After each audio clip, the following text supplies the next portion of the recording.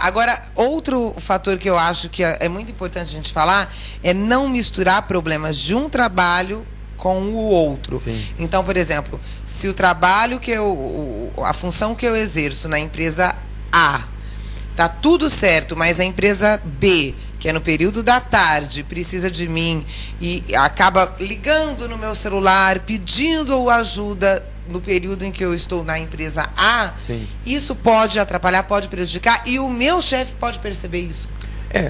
Mais ainda do que ele perceber, é isso atrapalhar a produtividade, né? Porque, de novo, as pessoas podem até demorar um tanto mais para perceber, mas você assumiu aquele compromisso, né? Então, se você começa a fazer coisas, a desenvolver ações, funções que não são próprias daquele trabalho, daquele empregador, daquela atividade que você se comprometeu, a tendência é você perder rendimento. Você fala assim, mas naquele momento eu não estava fazendo nada. Eu sugiro uma coisa, porque todos nós temos, no horário de trabalho, nas 8 horas, 6 horas diárias ou mais, nós temos aí alguns minutos, às vezes algumas dezenas de minutos, onde nós não temos nada exatamente para fazer do ponto de vista operacional. Fala assim, puxa, agora eu estou com tempo, e aí às vezes vai para aquele cafezinho que dura 1 hora. Eu sugiro outra coisa, se você tem no seu ambiente de trabalho um momento onde você está praticamente sem fazer nada, ou não tem coisa para fazer naquele momento, que você busque conhecer, estudar ou pensar que seja em outras formas de você ser mais eficiente naquele trabalho. Na empresa. Porque aquele horário você se comprometeu para aquela função. Então você, se tiver um computador à mão, você vai para o Google buscar formas de desempenhar a função tal, né? E aí você vai ver cases, né? Em português ou em outras línguas, de como fazer aquele trabalho que você está fazendo naquele momento de forma melhorada. Você não vai procurar estratégia para melhorar a sua condição de trabalho quando você está com a corda no pescoço. Você procura quando você está com uma condição boa. Então, se você está com horário livre no ambiente de trabalho, procure ver como melhorar a sua condição para aquele trabalho. É a entrega total, a entrega 100% de onde quer que você esteja dentro daquela empresa, não para o chefe perceber, mas para você sentir que está cumprindo com o seu dever, com a sua proposta e ainda quer crescer mais. Exato. Porque, às vezes, foi isso que eu disse, as pessoas querem 2 ou 3 empregos por causa da renda só. E aí acaba falando, bom, fiz a minha parte, lavo as minhas mãos, não tenho nada para fazer, vou falar o celular, vou pesquisar outras coisas não relacionadas à empresa na internet. Então, isso também não adianta que 1 hora...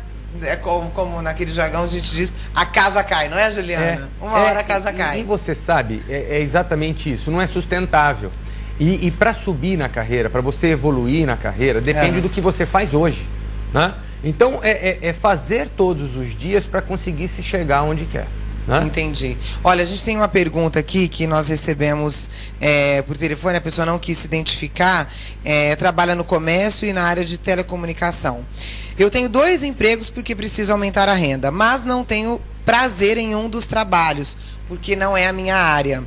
Não está dentro da minha formação. Porém, neste emprego tenho chance de crescer, subir de cargo. Estou em dúvida se devo continuar neste e, eventualmente, largar aquele que me dá prazer, mas não me permite que eu cresça. Muito bem. Na verdade, ela tem que ver quais são os objetivos dela no médio e longo prazo. O que é que ela quer para a vida dela, né? Tem a questão do prazer, tem a questão do material, tem um outro ponto bastante interessante que ela levanta, que é subir, né? Evoluir, crescer dentro da empresa. Na verdade, ela vai ter que observar custo-benefício.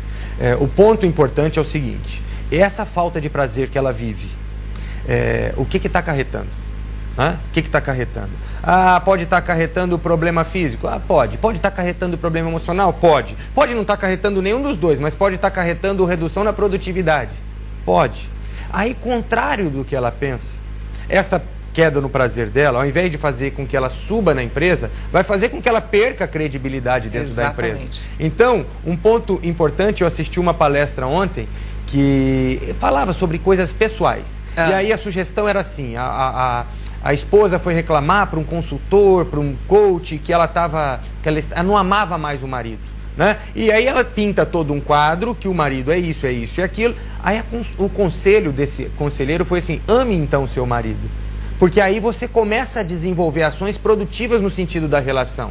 Claro que ninguém ama do dia para a noite, mas se ela entende que subir nessa empresa é algo importante para ela, que ela tenha prazer. Que ela goste, que ela se envolva com a função dela, entenda que ela está prestando um serviço importante para a empresa e para as pessoas que usam o serviço dessa empresa. Então, da mesma maneira que eu ouvi o ame o seu marido ou ame a sua esposa, ame aquilo que você faz. Tá fazendo. Enquanto você está fazendo, se envolva para valer. Pelo que eu entendi, a parte financeira nessa empresa, que não tem nada a ver com a formação dela, mas que ela tem chances de crescer, a parte financeira é muito boa. Sim. Em compensação, a parte financeira do que dá prazer para ela, que ela sempre quis, que ela tem vontade, a parte financeira é péssima. Sim. Então, assim, eu às vezes me vejo nessa situação.